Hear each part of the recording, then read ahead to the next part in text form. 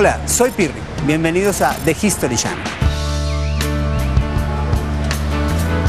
Hay fragmentos de la historia ocultos en el corazón de las ciudades. Relatos escondidos que en realidad duermen ante nuestros ojos en esquinas, plazas, calles y monumentos urbanos.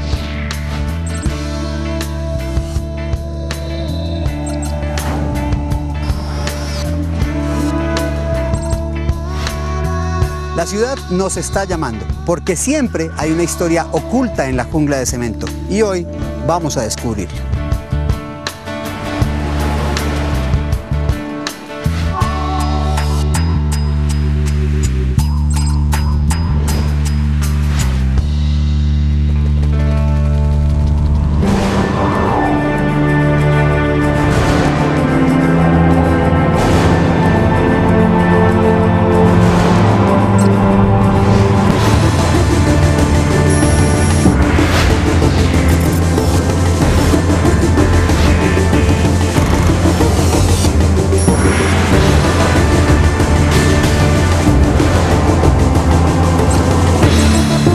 Sacaron 14 cargas de oro.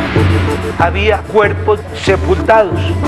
El Libertador saltó por esta ventana. Es el que hace los milagros. Una pelea de criollos. La pensaron en el observatorio. Contra realistas. Yo fui miembro del M-19. Con ese fusil, él va por toda la ciudad.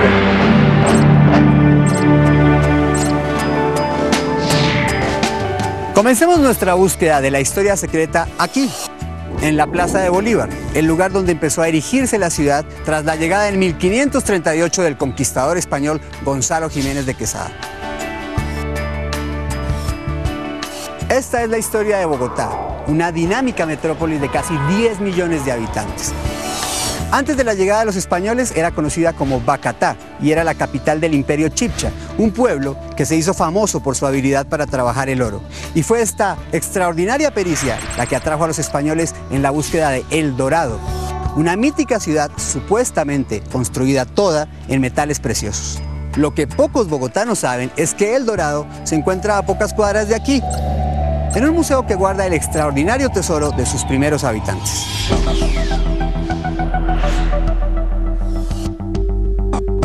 La historia del Dorado sigue siendo una leyenda fantástica para miles de personas en todo el mundo.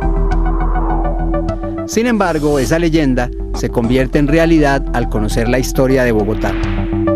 Cuando los conquistadores llegaron al sitio donde hoy se levanta la ciudad, oyeron relatos sobre una compleja ceremonia en la cual eran arrojados fabulosos tesoros en una laguna cercana. El mito del Dorado surgió desde el momento muy temprano de la conquista, cuando Gonzalo Fernández de Oviedo recibió información de Quito, según la cual en esta región había un hombre que se cubría completamente de oro. Los muiscas formaron parte del vasto imperio Chibcha. Su capital, llamada Bacatá, le dio su nombre a la actual capital de Colombia. La tribu muisca alcanzó una extraordinaria habilidad para trabajar el oro. Los muiscas llegaron a un grado de perfección de manufactura del oro porque ellos manejaban la cera perdida. La cera perdida era una técnica que consistía en que ellos tomaban cera de las abejas, hacían unas figurillas, las moldeaban, posteriormente eran recubiertas de arcilla, de cerámica, y calentaban esa cera ya recubierta, cocida con la cerámica, le hacían un pequeño orificio donde extraían la cera, luego cerraban ese orificio e introducían el oro. Digamos que para su tiempo era un avance muy grande en el trabajo del oro. Mientras los conquistadores españoles le atribuían un valor económico a los metales preciosos, los muiscas utilizaban el oro para acercarse a sus dioses. Los objetos hechos en orfebrería eran ante todo objetos sagrados. Para las sociedades indígenas, el oro era la representación del sol. La laguna de Guatavita, situada en las afueras de Bogotá, era llamada por los chibchas como el lago del volcán. En ella se realizaba una ceremonia en la cual un hombre cubierto de oro arrojaba gran cantidad de riquezas hacia el fondo del lago. Historiadores hablan que unas ceremonias se realizaban en noches de luna llena. El cacique, previamente ungido en miel de abejas y resinas de árboles, le iban adhiriendo oro en polvo. De ahí nace la historia del hombre dorado. El cacique venía acompañado de 4 sacerdotes en una balsa hecha en madera. A esa balsa ya se le había acondicionado todos los pagamentos. El pagamento eran los aportes que daba toda la comunidad muisca como regalo a la laguna. El cacique ingresaba con todos estos regalos para la laguna. Cuando la luna estaba en el cenit y el cacique estaba en el centro de la laguna, él daba una señal. Todo la algarabía, todos los tambores y fotutos se tenían que callar en ese momento. Y él realizaba en ese momento su tributo a la laguna. Arrojaba los tunjos, que son estas pequeñas figurillas de oro que conocemos en el Museo del Oro de Bogotá. Posteriormente, cuando él terminaba de arrojar estos tributos, él se arrojaba al agua en un símbolo de fecundidad. A partir de eso, los diferentes cronistas reinterpretaron esa información y posteriormente Gonzalo Jiménez de Quesada vino hacia esta región en búsqueda de aquel hombre que, cubierto plenamente de oro, ofrendaba objetos en una laguna. Cuando la historia del hombre dorado llega a Europa, los reyes españoles ordenaron varias expediciones para rescatar el tesoro de los muiscas. La historia del dorado trascendió las fronteras. Es así como llega a oídos del rey Felipe II. Él patrocina algunas expediciones para encontrar el dorado. La ambición de los españoles por llegar al tesoro de los muiscas los llevó a utilizar cualquier método para rescatar las ofrendas. La laguna de Guatavita fue objeto de múltiples intentos de desagüe en el curso de los últimos 400 años. Los primeros intentos se hacen mediante túneles, pero por la conformación de las montañas, estos túneles fallaban. Ellos se dan cuenta más adelante que siendo una hendidura en la montaña es como logran empezar a bajar el nivel. Esta es una montaña completa, pero fue abierto para tener acceso a la parte profunda de la laguna. Cuando se bajan los primeros 10 metros, en el primer intento por desaguar la laguna se sacaron 14 cargas de oro. El éxito de las primeras expediciones atrajo luego a otros buscadores de oro que, sin embargo, no tuvieron los mismos resultados. En 1911 sí pudieron desaguar parcialmente la laguna y obtuvieron algunas piezas de cerámica y unos muy pocos objetos de oro, pero muy rápidamente la laguna se llenó de nuevo. La búsqueda de los tesoros muiscas fue abandonada a causa de los altos costos de las expediciones y las escasas riquezas que lograron hallarse. Poco a poco, los buscadores del tesoro fueron desistiendo. Las expediciones más modernas fueron hace más o menos 50 años y esas expediciones ya fueron disminuyendo porque no tuvieron el éxito, porque hay un fango espeso que no permite tener acceso al fondo de la laguna. Muchos bogotanos ignoran que el tesoro del Dorado se encuentra muy cerca de ellos, en el casco histórico de la ciudad.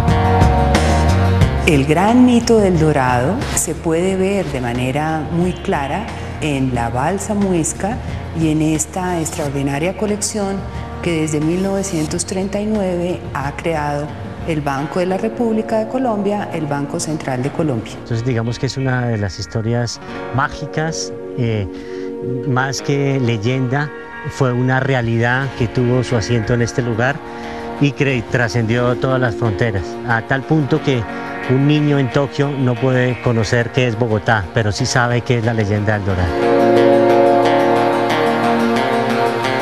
Hoy el Museo del Oro guarda el testimonio de la leyenda del hombre dorado. Es allí donde descansa el último rastro de la cultura chibcha, que fue desapareciendo a medida que se consolidaba la conquista española.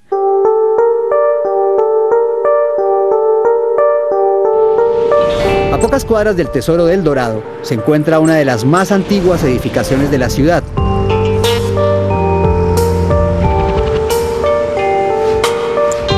El sitio donde se levanta en la actualidad el restaurante Camerín del Carmen fue construido en el siglo XVII como convento para albergar a las monjas carmelitas descalzas. En sus cimientos se esconde otra historia desconocida para los bogotanos. El convento se fundó dentro de la pobreza del momento. Era un convento que tendría que vivir de la caridad de una ciudad que era pobre. La corona española lo declaró monasterio real de las monjas carmelitas descalzas. Las monjas carmelitas descalzas ocuparon el convento por más de 200 años, hasta que debieron abandonarlo a causa de la Guerra de los 1000 días.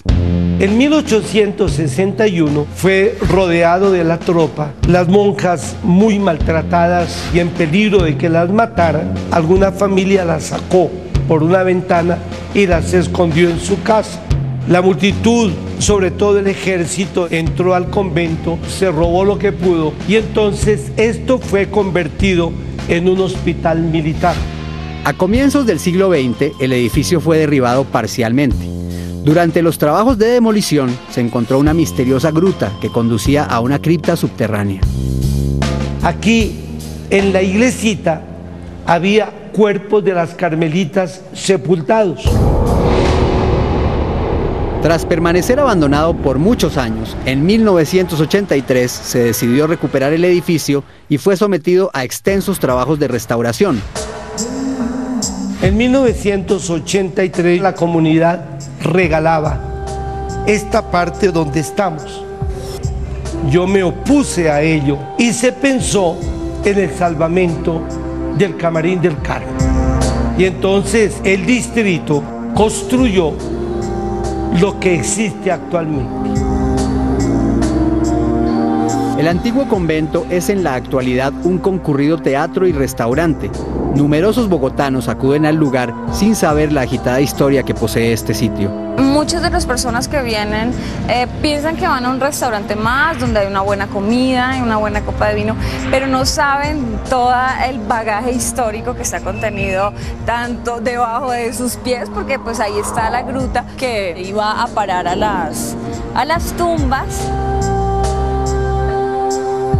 Aquí abajo había una puerta trampa y ahí se bajaba a la cripta de las carmelitas. El sacerdote Jaime Rodríguez fue uno de los responsables de la preservación de las criptas en el subsuelo del Camerino.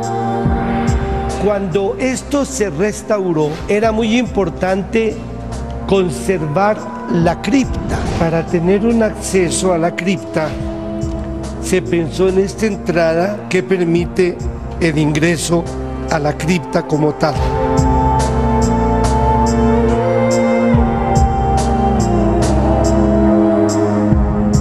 Más que cementerio, creo que era un osario. O sea, no enterraban propiamente aquí, sino exhumaban y dejaban aquí. El restaurante Camerín del Carmen guarda en sus paredes gran parte de los sucesos de la ciudad en los últimos 400 años. Este no es un edificio más de Bogotá, es un espacio que está ubicado en un lugar estratégico. Todas las calles aquí recopilan una cantidad de acontecimientos históricos, de guerras, de luchas, de sangre derramada por esta calle, de esclavitud, de religiosidad, no solo de Bogotá, sino de Colombia.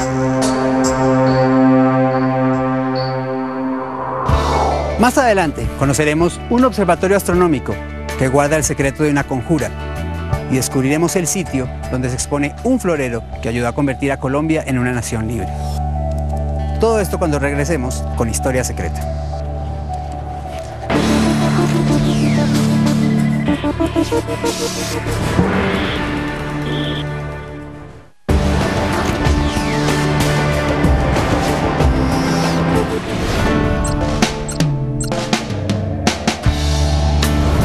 El Observatorio Astronómico de Bogotá fue construido en 1804 por el fraile Domingo de Petrese.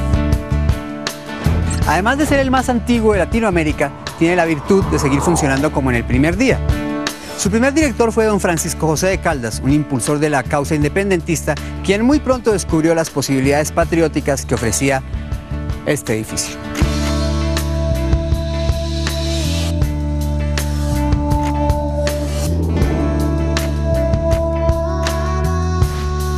Influenciados por las ideas que llegaban desde Europa, a comienzos del siglo XIX, los habitantes de las colonias españolas comenzaron a manifestarse en contra de los gobernantes fieles a la corona. En aquellos instantes había un movimiento de inquietud política, porque había mucha represión, había muchos impuestos. Los criollos no estaban contentos con el rey de España. En Bogotá, la independencia comenzó a gestarse en reuniones secretas que mantenían ilustres criollos en uno de los edificios más famosos de la ciudad. Habían grupos de intelectuales, políticos, militares, que querían que esto cambiara. Entre ellos, un personaje histórico para nosotros, José Acevedo Gómez. En la casa de él, pues se venían reuniendo. Como en el año 1810, en el mes de julio, circuló en Bogotá una lista negra por parte del virreinato. Esa lista se filtró a los criollos. Entonces él dijo, bueno, no nos podemos reunir acá, ¿por qué más bien no nos vamos al edificio del Observatorio Astronómico? Por ser alto nosotros podemos ver cómo van a ser la logística de lo que se iba a planear. El Observatorio Astronómico de Bogotá era el lugar ideal para que las reuniones de los criollos quedaran en absoluto secreto. ¿Qué había allá? Herbarios, habían libros de cálculo en matemáticas, habían instrumentos astronómicos. En un momento dado que hubiera habido alguna visita del ejército del virrey, pues estaban ahí reunidos entre matas, libros, entonces no levantaba ninguna sospecha. Desde el segundo piso del observatorio, los complotados podían observar todos los movimientos del ejército realista. Este sitio es el recinto donde posiblemente hubo esas reuniones de criollos para tramar el asunto del 20 de julio. El historiador Jorge Arias de Greif, que durante 40 años fue director del observatorio, revela el verdadero propósito de las reuniones secretas. Esas reuniones que se hicieron en el observatorio eran para preparar por parte de la oligarquía criolla la creación de una junta autónoma en la cual ellos quedaran bien posicionados antes de que llegara el comisionado regio. El comisionado regio Antonio Villavicencio había sido enviado a Santa Fe de Bogotá para tratar de poner en orden la convulsionada colonia y los criollos aprovecharon esa oportunidad para llevar a cabo su plan. Entonces ahí planificaron exactamente qué iban a hacer, quiénes iban a decir determinada cosa, cómo iban a encender, digamos, esa llama emancipadora que hoy se puede llamar así.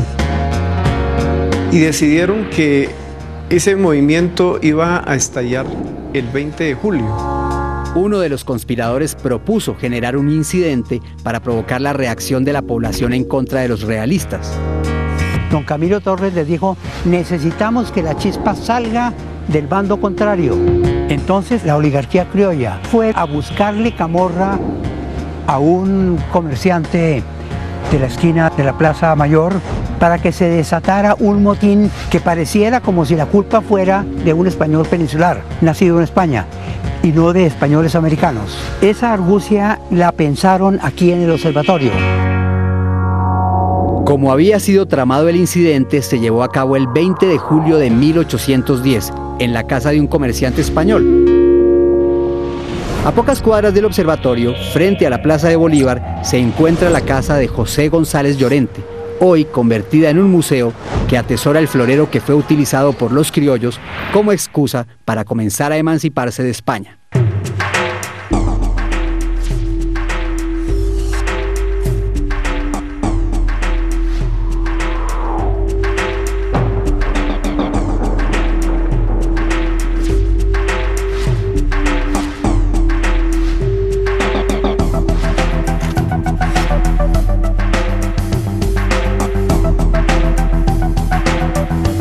En Colombia, cuando hablamos del florero de Llorente, estamos utilizando una expresión porque se refiere a una pelea entre los criollos y un español, se llamaba José González Llorente, y fue la excusa con la cual se desató la reyerta del 20 de julio de 1810.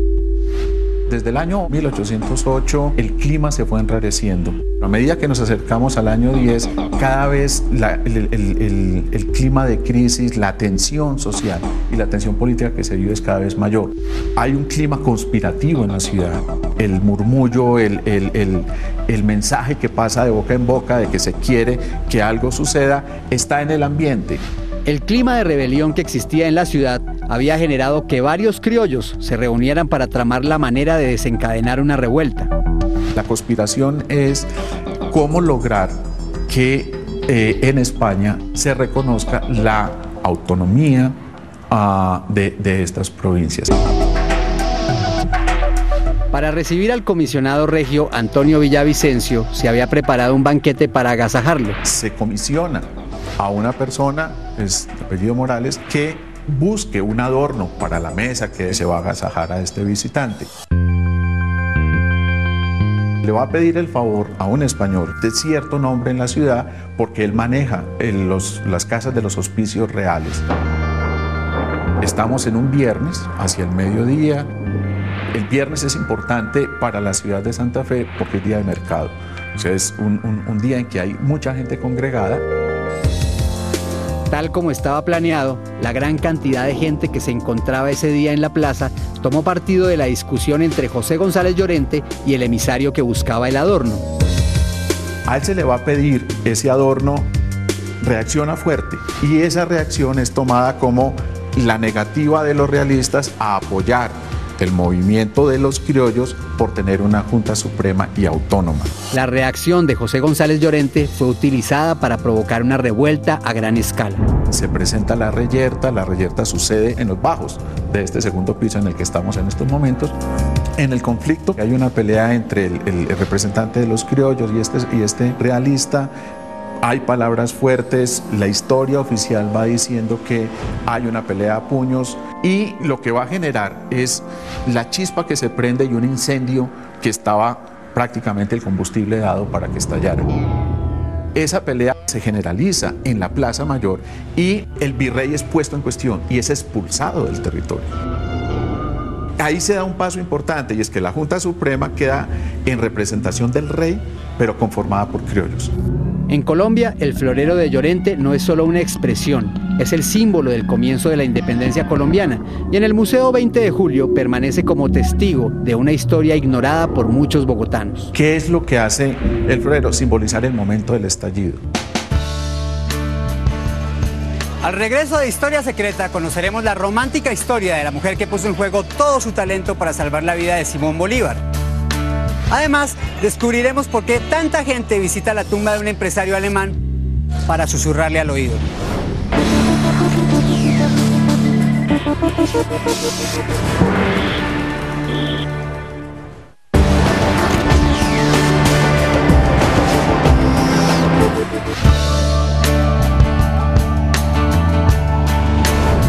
En este palacio del siglo XVI transcurre una de las historias más románticas e intrigantes de la ciudad de Bogotá. Esta ventana fue testigo de la precipitada huida que salvó la vida del libertador Simón Bolívar.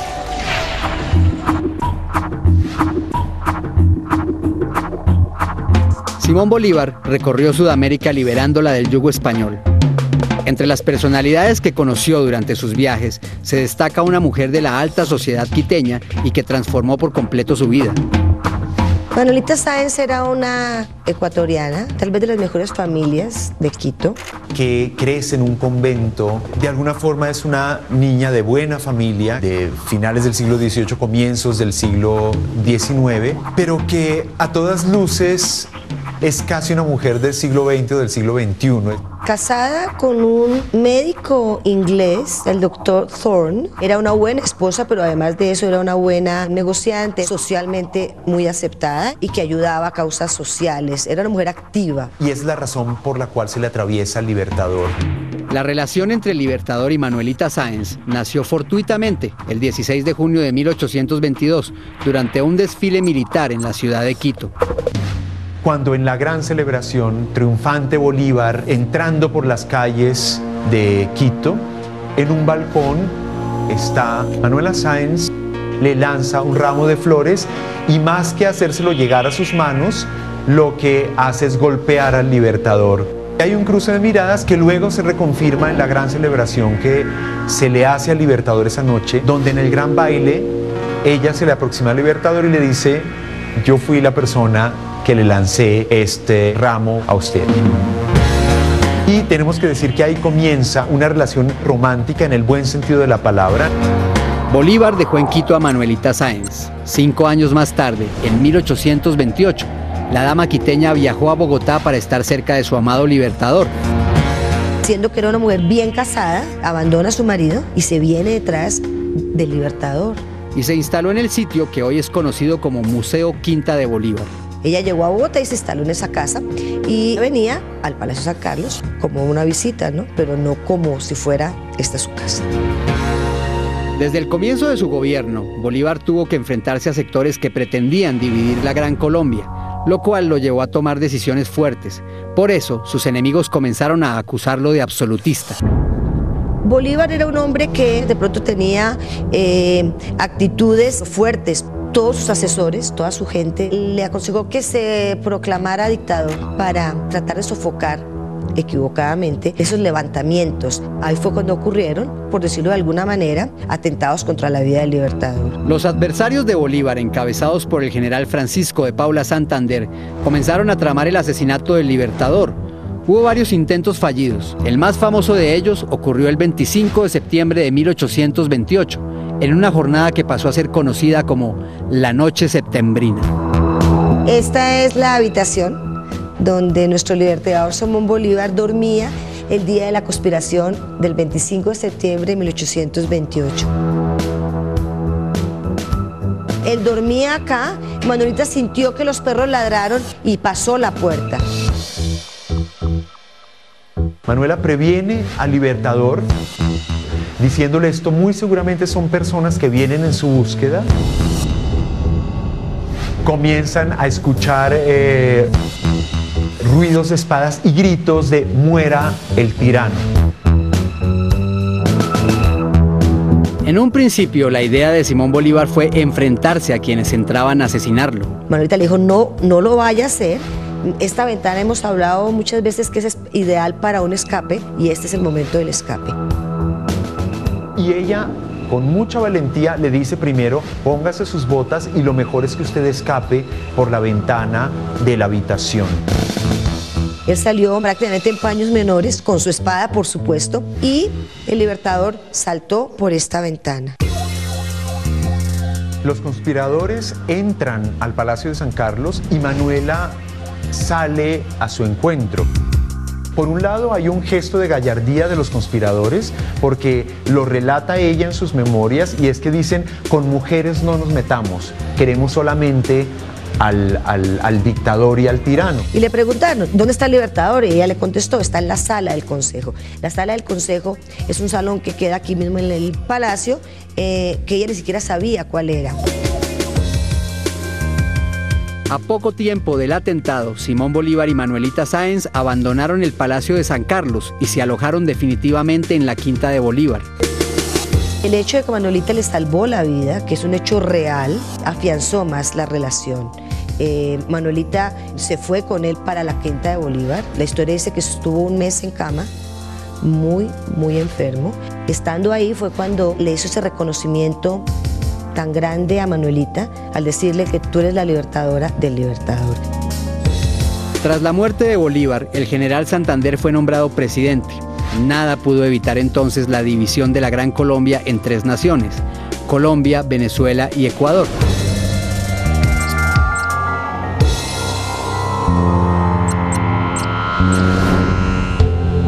En la actualidad, los restos de Santander descansan en el Cementerio Central de Bogotá, situado al oriente de la ciudad. Entre las tumbas de los héroes colombianos se encuentra también la de un famoso personaje que despierta una curiosa devoción entre miles de bogotanos.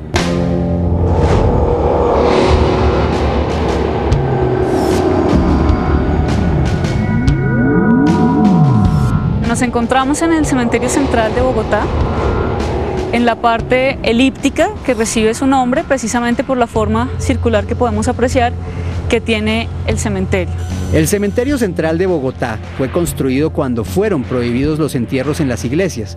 En él descansan los restos de los personajes más famosos de la historia colombiana.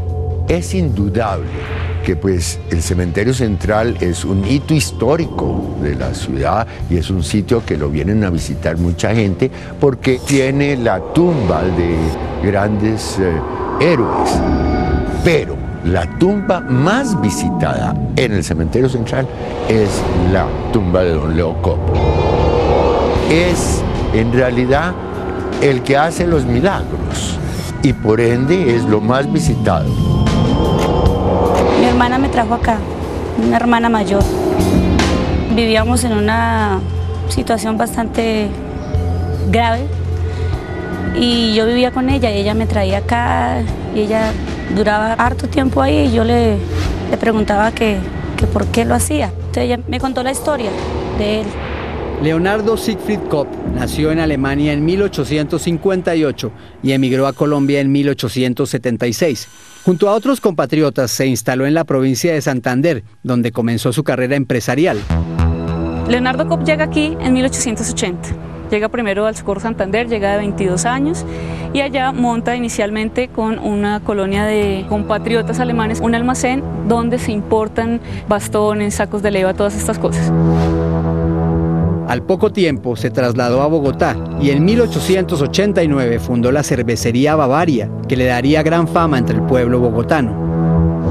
Ya en Bogotá, don Leo, que era un judío religioso, crea la empresa de cerveza más grande que tiene Colombia. Él se preocupa mucho por sus empleados, por sus obreros, y organiza un barrio muy cercano a la fábrica. Leopoldo Kopp construyó el barrio La Unión Obrera, hoy llamado La Perseverancia, para que los empleados de la cervecería vivieran en él. Este tipo de acciones le fueron dando una gran fama de bondadoso. Él comienza a tener gran fama de generoso. Se dice que la persona que llegara a pedirle un favor a don Leo siempre salía con este favor. Leonardo Kopp falleció en 1927 y aún después de su muerte, los bogotanos continúan considerándolo su gran benefactor. Mucha gente siguió creyendo en esta generosidad y de ahí se genera la fama de la tumba de don Leo. Mi hermana me decía que él nos iba a ayudar. Un buen día me dijo, pídale cualquier cosa, pero hágalo de fe, de corazón y él se lo va a conceder.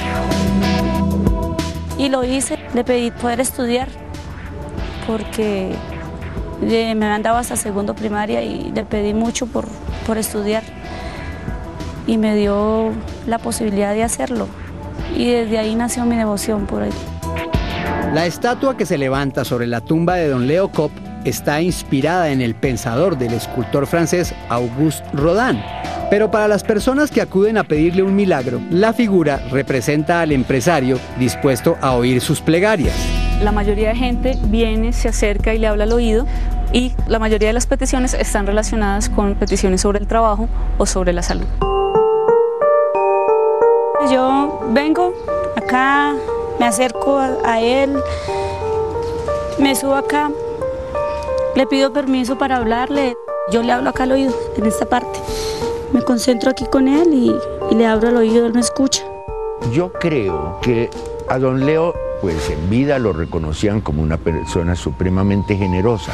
Esta tradición sigue después de la muerte de don Leo y es por esto que en épocas difíciles y gente con problemas económicos y sentimentales vienen a consultarle a don Leo y a pedirle favores.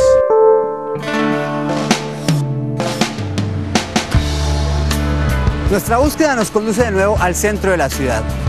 A esta esquina donde un famoso cubano fue testigo de un crimen que cambiaría su vida para siempre. Seguiremos el insólito derrotero de la espada de Bolívar, secuestrada por un naciente grupo revolucionario. Todo esto cuando regresemos en Historia Secreta.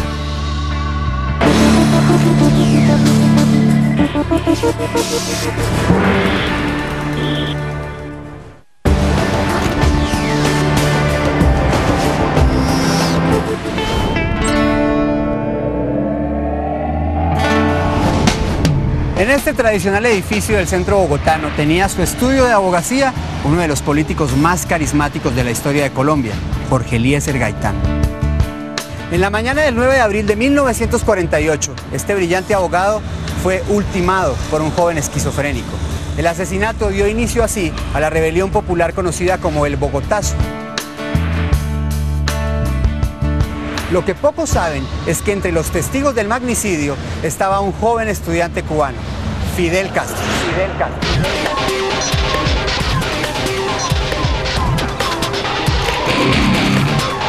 En el año 1948, Colombia se preparaba para elegir un nuevo presidente. La sociedad colombiana se hallaba claramente dividida entre conservadores y liberales. Colombia vivía una época muy difícil, políticamente hablando. Había un enfrentamiento entre los dos partidos, liberal y conservador, y surgió un personaje que se llama Jorge Eliezer Gaitán. Jorge Eliezer Gaitán fue uno de los más carismáticos y populares líderes del Partido Liberal colombiano. Grandes multitudes se congregaban cada vez que Gaitán pronunciaba un discurso público. Él fue alcalde de Bogotá, fue ministro de Educación, llegó a ser un ídolo del pueblo. El día del asesinato de Gaitán, el periodista Jaime González Parra fue un ocasional testigo del magnicidio. Una cosa muy casual, haberme encontrado en el preciso instante en que le dispararon a Gaitán. A Gaitán lo matan a la 1:05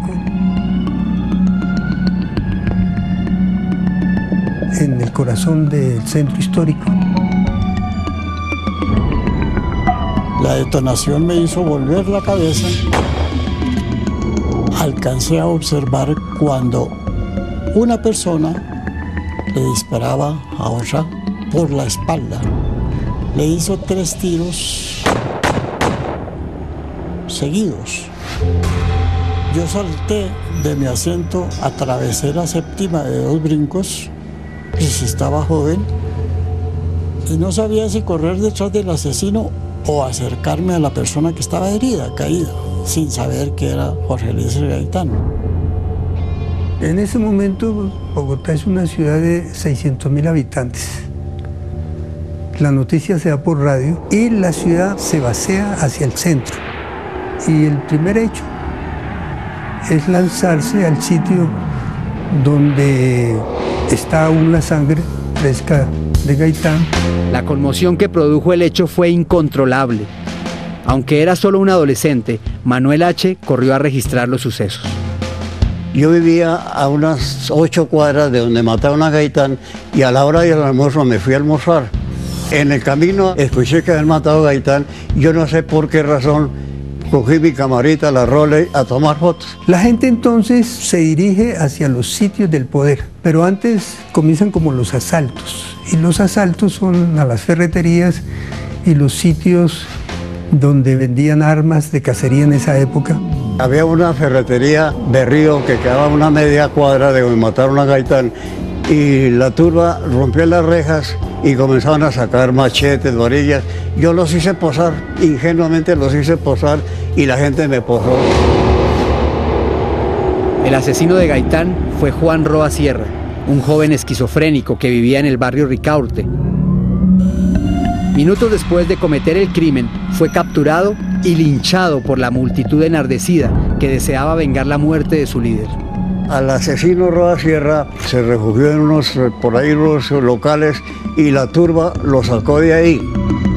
Aparentemente los primeros que golpearon a Roa Sierra eran unos emboladores que tenían un puesto frente a la droguería de Granada. Cuando yo vi pasar a Roa Sierra por la puerta, ya era prácticamente un muerto. Observaba que los golpes que le daban él no reaccionaba.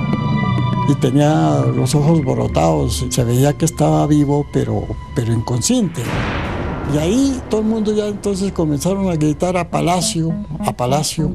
Y lo llevaban arrastrando de la corbata hacia el Palacio del Presidente, que quedaba del sitio donde mataron a Gaitán unas 20 cuadras. como una muestra de que el presidente o el gobierno del momento era el causante del asesinato. El asesino de Gaitán lo van matando a golpes. Cada quien va dándole un golpe. Y al final, como un hecho también simbólico, tratan de crucificarlo a la entrada del Palacio de Gobierno. No conformes con matar al asesino de Gaitán, la muchedumbre comenzó a destruir todo lo que encontraba a su paso. Y asaltan los sitios donde venden gasolina, la gente empapa la ropa y comienzan los incendios. Y todo el centro de Bogotá comienza a incendiarse. Ese día, Jorge Eliezer Gaitán tenía una cita con un joven estudiante cubano, que años más tarde se convertiría en uno de los líderes revolucionarios más trascendentes del siglo XX.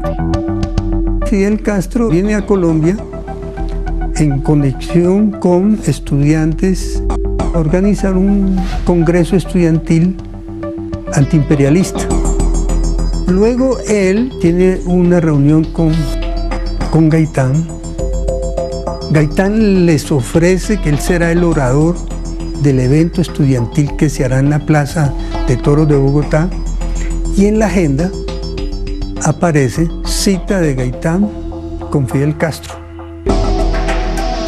El 7 de abril, 2 días antes del crimen, se puede ver cómo Fidel Castro y Rafael del Pino visitaron a Gaitán en su oficina para concertar la cita el 9 de abril, según apunte del propio Gaitán en su agenda.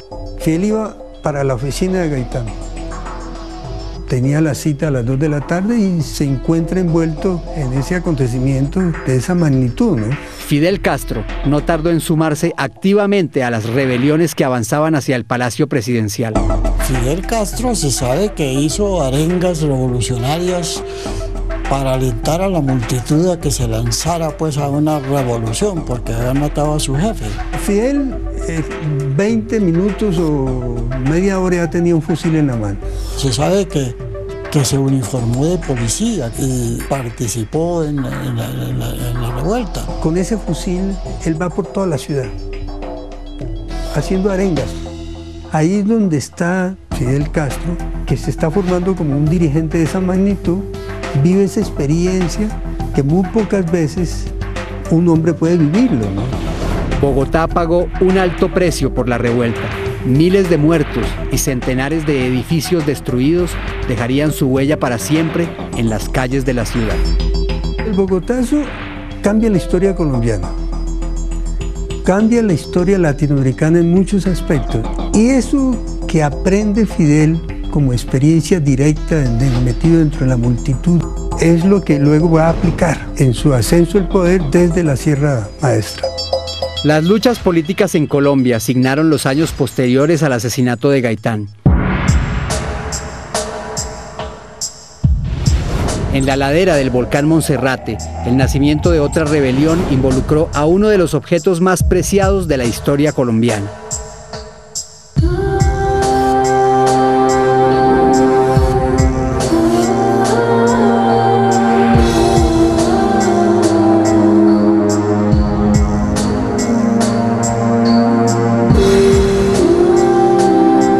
Fui miembro del M-19, una guerrilla bastante innovadora y bastante exótica que se lanzó a la vida pública rescatando los símbolos de la historia colombiana. El movimiento 19 de abril encontró una forma novedosa para presentarse ante la sociedad colombiana. El grupo publicó curiosos anuncios en periódicos de Bogotá como anticipo de la operación que planeó para el 17 de febrero de 1974. Tenía 14 años en ese momento y lo que recuerdo era la intriga que suscitaban esos avisos. Generó una campaña expectativa donde se decía M-19, el remedio contra la pereza, el remedio contra los parásitos, el remedio contra los gusanos, ¿cierto? Era una campaña que salía además en el periódico El Tiempo. La espada del Libertador era considerada uno de los máximos símbolos de la lucha de la emancipación colombiana. La simbología es rescatar una tradición de lucha y en ese caso pues el símbolo era Simón Bolívar y era concretamente la espada Bolívar que estaba ubicada en esta quinta.